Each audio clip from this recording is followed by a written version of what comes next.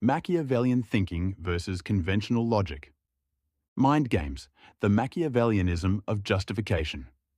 The tongue is the sword of a woman, and she never lets it become rusty. Chinese proverb. Contents.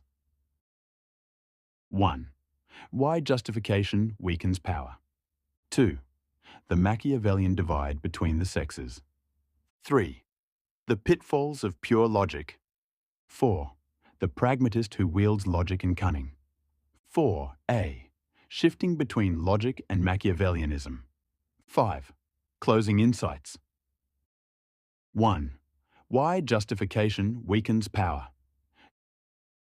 Justification is weakness. In power struggles, no one respects the man who explains himself. In a world where the lowest common denominator dominates, where feelings triumph over logic and spectacle eclipses humility, justification rings hollow.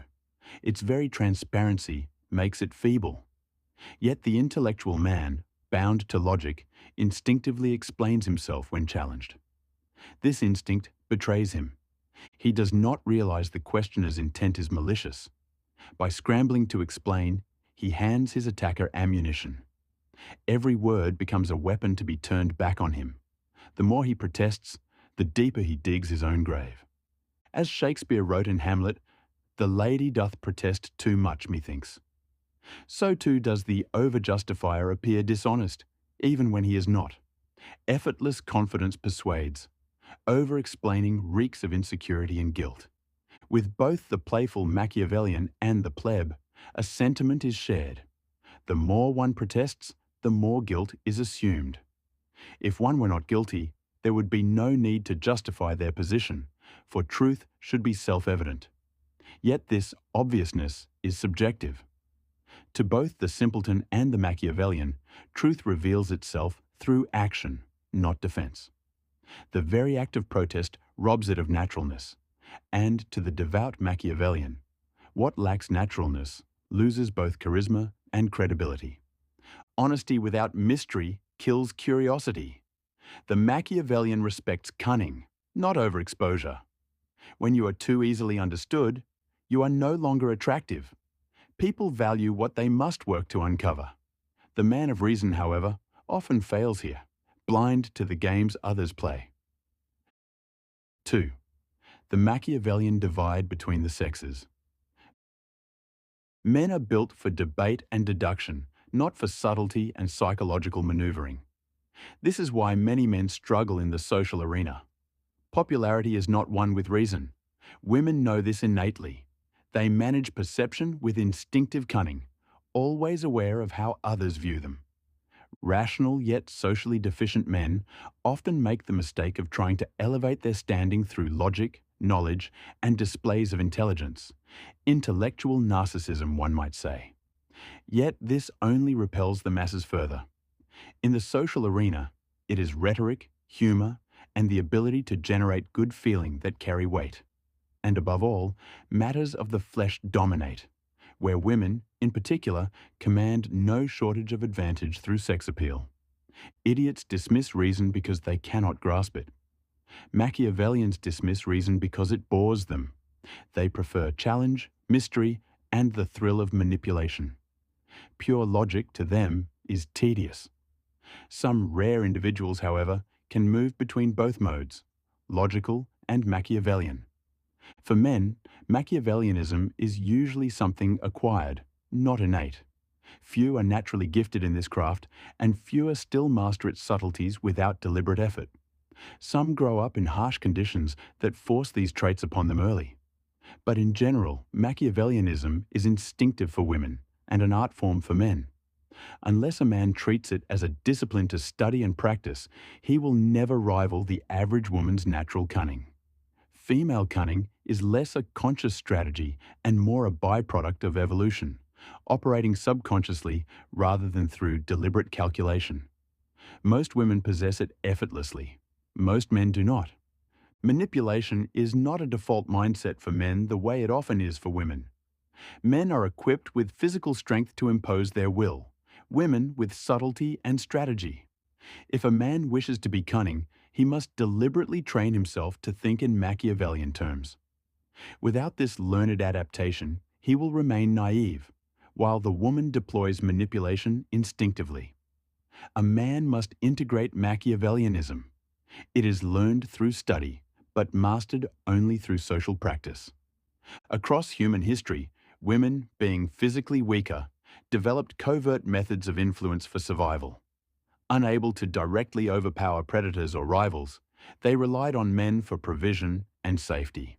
To secure that protection, they had to become adept at bending male logic and strength to their advantage. Female economic independence is a modern development. Throughout most of history, dependence on men was the default, and cunning was the survival mechanism. Manipulation, whether sexual or otherwise, has long been the feminine domain. Some men stumble into Machiavellian tactics out of bitterness, anger, or ambition, but only a few refine it as a craft surpassing women's instinct. Most men remain blind in this arena, while women embody it so naturally it is almost inseparable from their being. Finding a woman entirely devoid of manipulative instinct is rare, with certain exceptions, such as women on the autistic spectrum. The average man is limited by morality, the intelligent man by rationalism, but the woman by neither. For her, Machiavellianism is simply the baseline of interaction, conscious and unconscious alike. She does not need ideas to be logically consistent or morally sound in order to believe or act on them. Often, women champion noble arguments publicly while behaving in ways that contradict those very ideals. This ability to separate belief from action is strengthened by dissociation. Women can convince themselves of falsehoods through effortless self-rationalization. This lends them the capacity to lie with conviction, appearing sincere even when their words mask deception.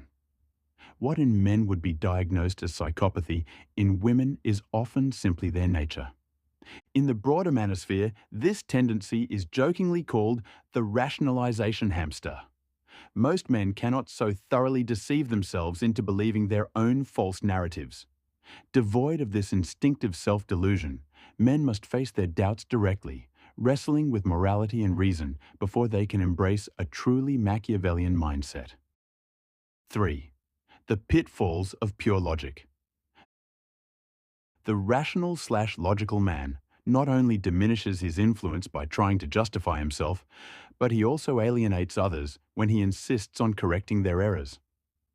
Like someone obsessed with accuracy at all costs, his priority is truth over tact. In persuasion, this fixation often backfires. It is usually harder for the intellectual to be liked than for the fool. Logic, while valuable, carries little charm. It exhausts the average person and intimidates those who cannot keep up. Most people are uncomfortable with what they cannot understand, and intelligence beyond their reach is no exception. Fear runs deep in both the ignorant and the egotistical. The first fear the unknown, while the second cannot tolerate anything that threatens their sense of superiority. If you have ever been dismissed or mocked for speaking intelligently, you experienced this dynamic firsthand. You assumed your company welcomed reason, but instead you stepped into hostile territory. Unlike the logician, the simpleton is never weighed down by excessive thought. The intellectual often lives within abstract ideas, making social interaction awkward unless he consciously shifts modes. His deeper thought patterns rarely translate into the simplicity required for ordinary exchanges. For this reason, the rational man must learn to switch on his social charm, suppressing the mechanical side of reason and activating his more performative instincts. Simpletons do not face this challenge, for they are always in social mode. Women, too, excel in social thinking, since navigating relationships has historically been central to their survival. Where men could survive alone through hunting, women depended on acceptance within the group. Historically, female dependence shaped their psychology. One could not survive as both dependent and withdrawn, so women adapted toward extroversion. Their talkativeness and preference for communal rather than solitary activity reflects this. By contrast, introverts, more often men, tend to be intellectual, valuing thought over chatter. Introverts innovate and contemplate, while extroverts immerse themselves in people and activity. The former is more masculine, the latter more feminine. The skilled Machiavellian, however, learns to alternate between reason and social intuition. This flexible blending of modes is what might be called practical ambiversion. The strengths of logic often conflict with the strengths of Machiavellian cunning. A man dominated by rational thought may find himself ineffective in social matters. Social influence requires strategy and subtlety, not just fact. While not all Machiavellians are master strategists, all who excel socially rely on Machiavellian instincts. Pure logic leaves one predictable and unable to anticipate less rational actors. Machiavellian reasoning feels unnatural to men trained in strict rationality. This, I believe, explains why many men struggle to comprehend women. Unlike direct logic, Machiavellian logic operates on influence, appearance, and manipulation, a system of dominance and persuasion rather than objective truth. The rational man is easy to read because he refuses chaos. He is transparent in his logic and therefore predictable. The Machiavellian, by contrast, bends and twists logic when convenient, concealing intention behind finesse. He commands the tools of sophistry that the logician rarely utilizes. 4. The pragmatist who wields logic and cunning. Machiavellianism is rooted in pragmatism and self-advancement, not in truth or moral frameworks. Its concern is efficiency, the ability to acquire power and secure well-being. Almost every true Machiavellian is a pragmatist. It is the rational idealists who cling to truth for truth's sake. Often, logic and fact obstruct Machiavellian aims. They expose contradictions, tear apart illusions, and reveal duplicity. For this reason, the Machiavellian treats men of strict logic with caution, knowing they are the least easy to mislead. Some, however, master both worlds. These are what I call rational Machiavellians, men of high reasoning ability who also grasp the tools of cunning. They can alternate between logic and guile as needed, a rare skill that makes them dangerous. Journalist Milo Yiannopoulos is one figure who demonstrates this dual mode of thought. It is a binary cognitive system every man seeking to build or preserve power should strive to develop. The rational Machiavellian plans his moves with logic, but deploys them with cunning. By anticipating your responses that are predictable if you are strictly rational, he can lead you into traps. Because reason tends toward fixed and deductive outcomes, the purely rational man is easy to forecast. Unlike the logician chained to reason, the rational Machiavellian uses logic only when useful. He recognizes that cunning wins more often in social and political arenas. Logic may be strong, but when it becomes a master rather than a tool, it shackles its wielder. In contrast, the rational Machiavellian can apply logic tactically while refusing to be confined by it. He can sway both the thinker, who seeks coherence, and the fool, who only craves belonging. In this way, he bridges two worlds, reason and manipulation, and gains influence over both. The purely intellectual man, despite his superior mind, often lacks social traction. He is outplayed by charmers, flatterers, and hustlers who write the rules of the social game. Knowledge alone is not enough. Social cunning is required.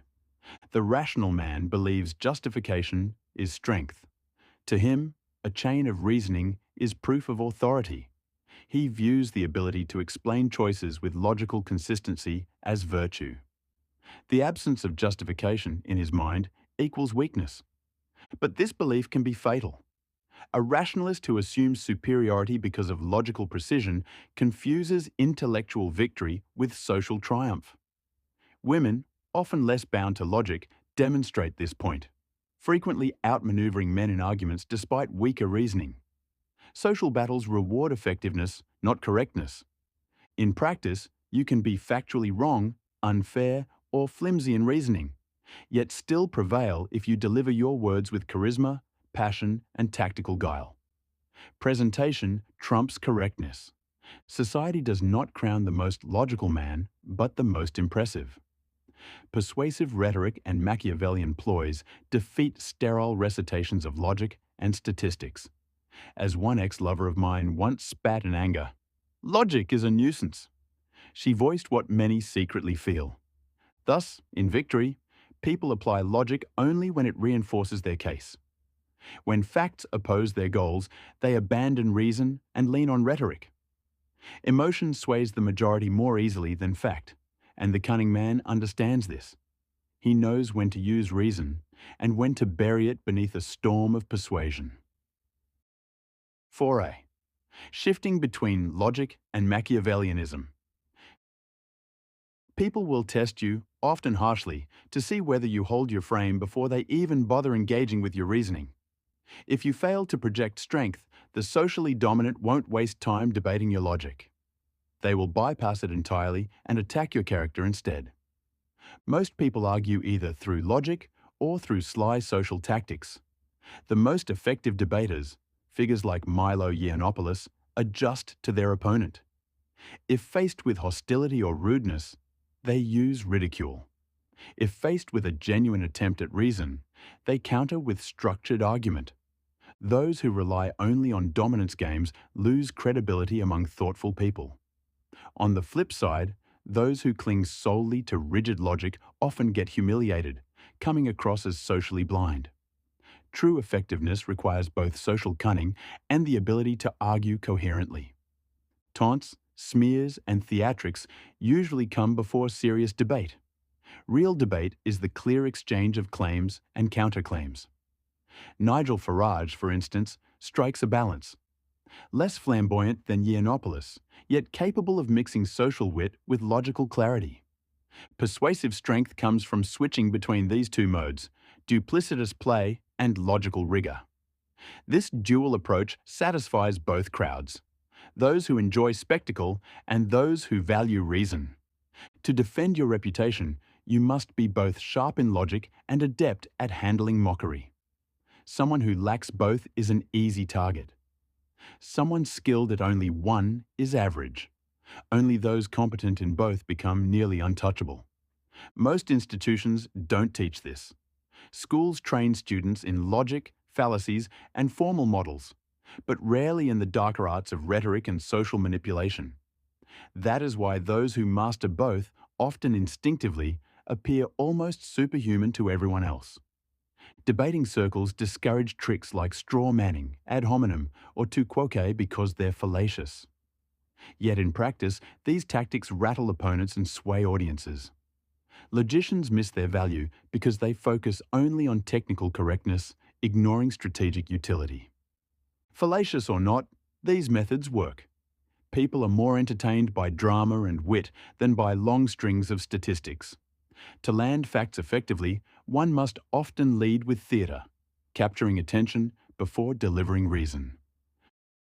5. Closing insights. Even in roles where justification is formally required, it is still seen as weak. This is why those at the bottom of hierarchies often seem insecure and overlooked. Their jobs demand constant explanation, which makes them appear low status. Justification is interpreted as defensiveness, as if you are admitting fault. Even when you are only doing your job or trying to exchange information honestly, others may see it as overcompensation or desperation. The key lies in social calibration, adjusting your level of openness and cunning depending on who you're dealing with. With irrational or manipulative people, lean into duplicity. With logical and fair-minded company, you can afford more honesty. Adapt your style to your audience, and you'll maintain control instead of being played.